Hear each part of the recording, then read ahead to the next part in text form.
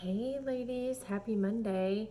So today I kind of I'm totally going off the cuff here, but I want to talk about a topic that um it's a little sensitive, and I'm not gonna lie, my stomach is a little bit in knots right now thinking that I'm gonna share this with you, but something that I told myself from the beginning when I started this group back up was that I was just going to share things that were on my heart and just share them as they come. And this has been on my heart the last couple of days. And so I really want to talk about it. And I want to talk about inner beauty versus outer beauty and how you perceive that and how other people perceive it. So on Saturday, that was pretty much the first time this season that I've put on a bathing suit.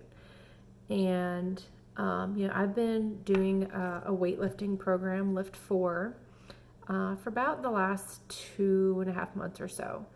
And I feel better, like no doubt about it. Physically, I feel so much better, and I know I'm a lot stronger. I track my weights, and I started with like 5s, 8s, and 10s, and I'm up to like 12, 15s, and 20s. So I know I'm stronger. But I had sort of a revelation on Saturday, and it all started with a picture that my husband took of me in my swimsuit. And in this picture, I was standing in the water. So it was pretty much just kind of like waist up. And the swimsuit top I was wearing was like a blue and white stripe. Not that that matters, but you know what they say about stripes, I don't know. But I'm getting to my point here. So I looked at that picture, and all I saw was like this huge pot belly. That's all I saw. I saw nothing else. I didn't see my kids playing in the background. I didn't see me standing there talking to my friend. I saw nothing but my stomach, and I couldn't get past it. I was so embarrassed. I actually asked him to delete it from his phone. I don't think that he did, but and in that moment, I don't know, it was like something just like clicked for me, because right after I said that, he goes, but I thought you looked great. And the conversation went a little, we're married, so we'll just leave it at that. But you know what I'm saying. Um, and so I thought about it more the next day. Like I kind of let it go and thought about it more yesterday. And, one thing that I have realized over the past however many years is, the period of time in my life where I saw the physical results on the outside, it's not a coincidence that was also the point in time in my life where I felt the best on the inside. I don't know if that makes sense, but I was working on myself from the inside just as much, maybe if not more, as I was working on myself from the outside. And so by the inside, I mean a couple of things. Number one, it's nutrition. So what I was putting in my body. I was drinking a lot less alcohol. I was drinking a ton of water. I was drinking a nutrient-dense shake every day, and I was eating pretty clean. I would say, maybe some days 75 clean, 25% not, but most days probably 80 or more better. And I was fueling my mind with kind of the blanket term was just personal development. So basically just reading books that, are working on yourself from the inside out. So reading about boosting self-confidence, or learning about how to be a better leader or be a better mother or wife. I was also going to church almost every single week. And so, all those things kind of added up together. Like I felt unstoppable. And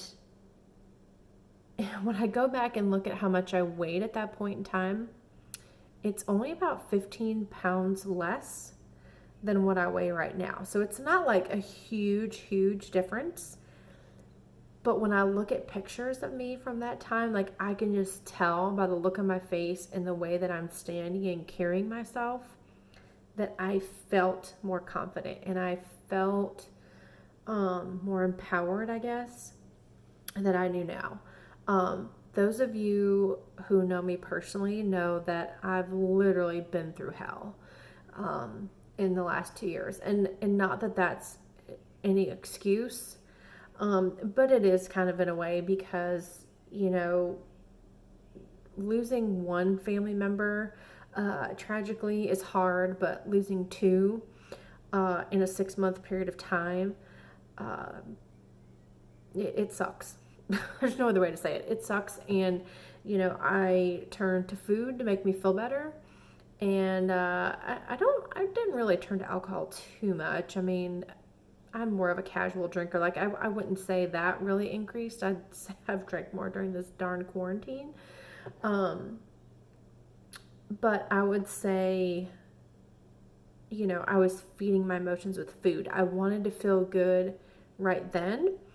But when you do that and you eat something to make you feel good right now, then you kind of go through this cycle where you eat something to make you feel good now, but then later you feel bad. And so you eat something else bad to make you feel good. And it just goes round and round and round and round. And that's kind of the little merry-go-round I've been on the last few years. Like, exercise has always been a part of my life in the last few years. Like, I've never stopped working out. Now I've been way more consistent since January than I've been in a long time. Like, I don't think I've gone more than maybe 4 days without doing a workout this year. So it's in that regard, I've been a lot more consistent, but my food is still just not where it needs to be.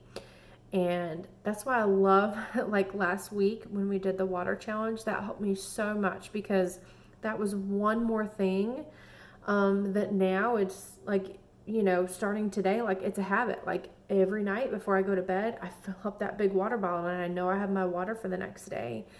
And so I know that by adding little things one at a time and just continuing to show up for myself every single day, I know that there's going to be a period of time where the results on the outside are going to match the results I'm seeing on the inside. Because I feel like on the inside, I'm getting to a much better place. That is taking a lot of time because there's been a lot of things that I've had to work through. But I know that I'm going to get there as long as I just kind of focus in a little bit more. And again, when I go back to that period of time years ago where I did see those good physical results, I started in April and it was like mid to end September before like I saw them. And I remember the exact moment when I realized, oh my gosh, like all this hard work really is paying off. Because at the time I wore scrubs to work every day. So, if your scrubs are a little bit looser, like you don't really think much of it. But I was an advisor at the time for my sorority and I had to go to a recruitment event and I put on this little black dress that I had worn to my friend's wedding, pre-baby. And I put it on and it fit better than it did when I wore it to that wedding. And I had, like an 11-month-old baby. And I think that was like when it clicked for me. And so I don't really know where I'm going with that, but I guess the point I'm trying to make is that, just remember that, it doesn't happen overnight. It doesn't happen in a month. It doesn't happen in 2 months. And, if you're looking at your friend over here, who maybe did an 8-week program and the results are banging, just know that you can't compare you to them because everybody's story is different, So for me, I started with getting my workouts under control. So I've gotten that down pat. I'm consistent with my workouts. Now I've added in the water part. I'm good with my water. And now I'm going to add in the eating and be more consistent with my eating. And I know that as I add every single layer, I know that then the physical results will come. And the good part about this is that I'm developing these habits now while I'm in quarantine. And so hopefully, in 2-3 weeks when I go back to work, those will just be habits. And actually, that will probably help accelerate my results a little bit because I'll be at work every day and my day will just be a little bit more structured. I thrive on structure. I don't like to not have structure in my day, so I would never really be a good stay-at-home mom. I love my job, but I would love to work part-time, but that's a whole nother story. But anyway, so I guess, again, my point of all this is that, any physical transformation you're going to see on the outside is going to start on the inside, and it's, and they, what they say about like people who aren't happy on the inside, like you can see it on the outside. It comes out in negativity and the way they treat other people and putting other people down. And, those people, there's something about themselves that they're not happy with and they're working through and they're taking it out on someone else. So if you guys don't do any kind of personal development, I would strongly encourage you to do that. There's so many good podcasts, just to like lift you up. Like Chalene Johnson's a really fun, like upbeat one. If you're a Rachel Hollis fan, she does one. There's all kinds of them. There's business related ones, entrepreneurship. There's all kinds of books. Like there's the Rachel Hollis books, Jen Sincero. Those are just a couple of my favorites. Although, actually, I'm not really a huge fan of this last Rachel Hollis book, which I'll give you guys a review when I finish it. I'm almost done, but I'm not a fan. But anyway, if you want recommendations, I've read quite a few, and I could give you some recommendations. But like I said, it was just something that was on my heart, and I wanted to share it. And if you've made it through all 12 plus minutes of this video, thank you. And, if you could just tell me something that you liked or loved or, any feedback or anything, if you could just comment below with it, I'd really appreciate it. And I really enjoy having this group, and I'm so thankful for you guys because whether you think it or not, this is a huge part of the healing process for me, and it means a lot to me, your support. So, all right, let's do this week.